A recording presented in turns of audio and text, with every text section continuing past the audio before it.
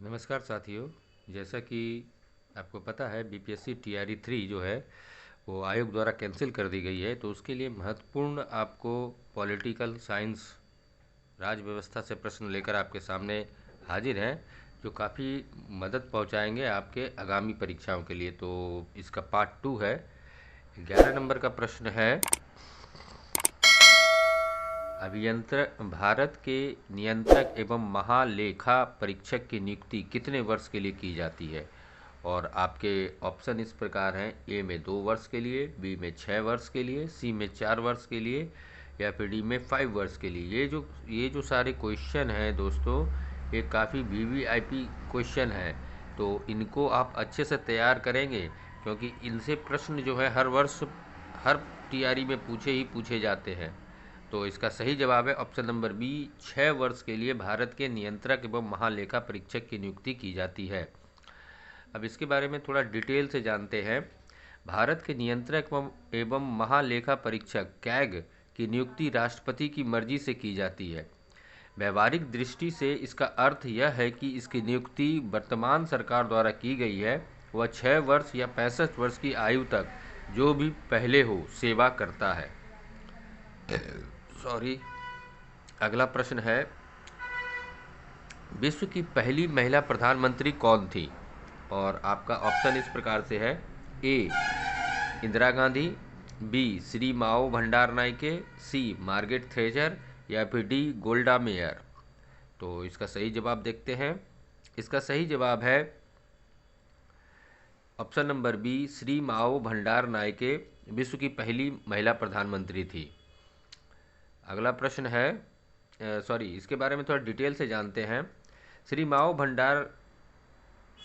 माओ रतवटे DISE भंडार Nike, जिन्हें आमतौर पर श्री माओ भंडार नायके के नाम से जाना जाता है, एक श्रीलंकाई राजनेता थी। वह आधुनिक इतिहास में दुनिया की पहली गैर वंशानुगत महिला सरकार प्रमुख बनी, जब उन्हें 1960 में श्रीलंका की प्रधानमंत्री चुना गया।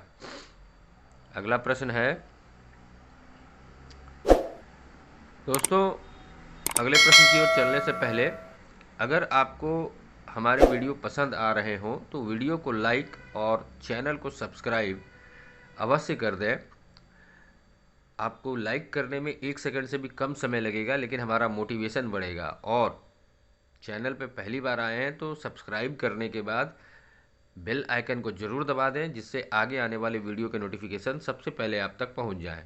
तो 13 नंबर का प्रश्न है, किसी राज्य के निचले सदन का अध्यक्ष निम्नलिखित में से किस प्राधिकारी को अपना इस्तीफा सौंपकर पद छोड़ सकता है? और ऑप्शन है: ए मुख्यमंत्री, बी राज्यपाल, सी सदन के उपाध्यक्ष, या फिर डी राष्ट्रपति। तो इसका सही जवाब देखते हैं, सी सदन के उपाध्यक्ष। अब थोड़ी सी और जानकारी इसके बारे में इकट्ठा करते हैं। अध्यक्ष किसी भी समय उपाध्यक्ष को अपने हस्ताक्षर से लिखकर पद से इस्तीफा दे सकता है। अध्यक्ष को सदन के सभी तत्कालीन सदस्यों के बहुमत से पारित प्रस्ताव पर ही पद से हटाया जा सकता है। दोस्तों, ये महत्वपूर्ण वीडियो के अगर आप पीडीएफ प्राप्त करना चाहते हैं तो आप हमारे व्हाट्सएप एवं टेलीग्राम चैनल को ज्वाइन कर सकते हैं, लिंक डिस्क्रिप्शन में मौजूद है। 14 नंबर का प्रश्न है आज का, भारत के राष्ट्रपति के चुनाव के लिए संसद सदस्य के वोट का मूल्य निम्नलिखित में से किस विकल्प को विभाजित करके निर्धारित किया गया है?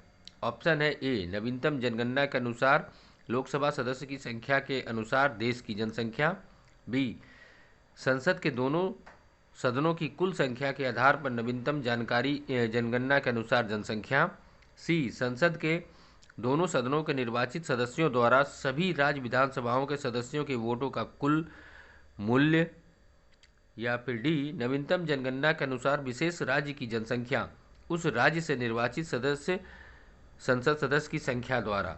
और इसका सही जवाब है ऑप्शन नंबर डी। अब थोड़ा डिटेल में इसे जानते हैं। भारत के राष्ट्रपति का चुनाव एक अप्रत्यक्ष चुनाव है। देखिए, ये भी एक महत्वपूर्ण बिंदु है। भारत का राष्ट्रपति का जो चुनाव है वो एक अप्रत्यक्ष चुनाव है। नागरिक सीधे राष्ट्रपति का चुनाव नहीं करते हैं। नागरिक जो है सीधे रूप से राष्ट्रपति का चुनाव नहीं करती हैं, वो सांसदों और विधायकों द्वारा चुना जाता है। तो ये जो पॉइंट है, ये सांसदों और विधायक द्वारा चुना जाता है, काफ़ी इम्पोर्टेंट है। जो बदले में लोगों द्वारा चुने जाते हैं। चुनाव प्रक्रिया एकल हस्तांतरणीय वोट एसटीवी की अवधारणा पर आधारित है और सांसदों और विधायकों के वोट का मूल्य अलग अलग है। एक राज्य का विधायक का वोट दूसरे राज्य के विधायक के वोट के मूल्य से भिन्न होता है। निर्वाचक मतदाताओं के मतों का मूल्य मूलतः राज्य की जनसंख्या के आधार पर उस राज्य से निर्वाचित संसद सदस्य की संख्या के आधार पर निर्धारित किया जाता है। 15 नंबर का प्रश्न है इस प्रकार से, निम्नलिखित में से किस आयोग द्वारा आईएएस और आईपीएस को समाप्त करने की सिफारिश की गई है? ऑप्शन दिया गया है आपका ए डेबर आयोग, बी कालेकर आयोग, सी खैर आयोग, डी राजमन्नार आयोग। तो इसका जो सही जवाब है वो देखते हैं, ऑप्शन नंबर डी राजमन्नार आयोग। अब डिटेल में इस प्रश्न को समझते हैं।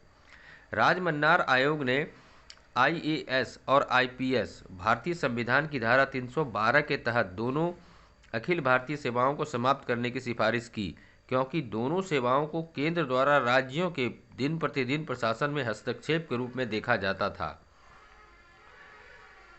16 नंबर का जो प्रश्न है वो इस प्रकार से है, पंचायतों के लिए चुनाव कराने का निर्णय निम्नलिखित में से किस प्राधिकारी द्वारा किया जाता है? और आपका ऑप्शन है ए जिला मजिस्ट्रेट द्वारा, बी संवैधानिक आदेश, सी राज्य सरकार, डी चुनाव आयोग। तो इसका सही जवाब पता करते हैं, ऑप्शन नंबर सी राज्य सरकार। अब इस प्रश्न को डिटेल में समझते हैं। पंचायत का चुनाव कराना राज्य सरकारों और राज्य चुनाव आयोग की जिम्मेदारी है। पंचायत चुनाव उन राज्यों में होते हैं जहां संविधान का भाग 9 संविधान द्वारा अनिवार्य रूप से लागू होता है। अब आते हैं अगले प्रश्न यानी कि 17 नंबर का, संविधान के अनुच्छेद 2 और 3 में निहित शक्तियों का उपयोग करते हुए संसद निम्नलिखित में से क्या कर सकती है? तो ऑप्शन जो दिया गया है वो है ए नए क्षेत्रों को भारत के नए राज्य के रूप में स्वीकार करें, बी मौजूदा भारतीय राज्यों को विभाजित या विलय करें, सी मौजूदा भारतीय राज्यों के नाम और सीमाओं को बदलें, डी उपरोक्त सभी। तो इसका सही जवाब जो है ऑप्शन नंबर डी उपरोक्त सभी। अब इस प्रश्न को डिटेल में देखते हैं। भारत के संविधान के अनुच्छेद 2 के तहत एक नया राज्य बनाया जा सकता है। अनुच्छेद 3 के तहत संसद को किसी राज्य के क्षेत्र को बढ़ाने या घटाने या राज्य की सीमा या नाम में परिवर्तन करने की भी शक्ति है। अब 18 नंबर का प्रश्न जो है वो इस प्रकार से है, भारत के नागरिकों के मौलिक अधिकारों का संरक्षक कौन है? दोस्तों BPSC TRE 3, UP police, Bihar police, SSC GD, SSC CHSL, SSC जैसे प्रतियोगिता परीक्षा में ऐसे ही प्रश्न पूछे जाते हैं। तो वीडियो काफ़ी रोचक एवं महत्वपूर्ण है, इंपॉर्टेंट टॉपिक है, तो इसे अच्छी तरह से तैयार करें और वीडियो पसंद आने पे वीडियो को लाइक अवश्य करें, चैनल को सब्सक्राइब अवश्य करें।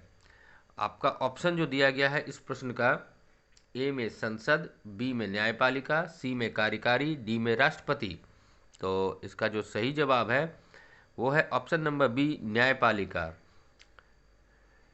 भारत के संविधान ने न्यायपालिका यानी भारत के सर्वोच्च न्यायालय और उच्च न्यायालय को भारत के नागरिकों की मौलिक सुरक्षा अधिकारों की सुरक्षा की जिम्मेदारी सौंपी है। 19 नंबर का प्रश्न है,